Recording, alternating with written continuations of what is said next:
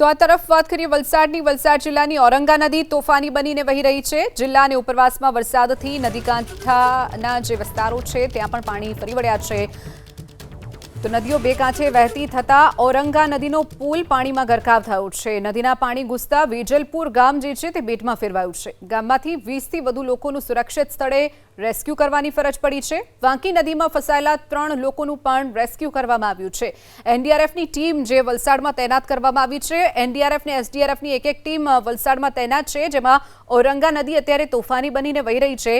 તો નીચાણવાળા વિસ્તારો અને અન્ય ગામોમાં જે પાણી ફરી વળ્યા છે, જેના કારણે કેટલાક લોકોનું રેસ્ક્યુ કરવાની પણ ફરજ પડી હતી। વેજલપુર ગામ જે અત્યારે બેટમાં ફેરવાયું છે, ત્યાં 20થી વધુ લોકો ફસાયા હોવાની માહિતી મળતા જ એનડીઆરએફની ટીમ ત્યાં પહોંચી હતી અને તમામ લોકોને સુરક્ષિત બહાર કાઢ્યા છે।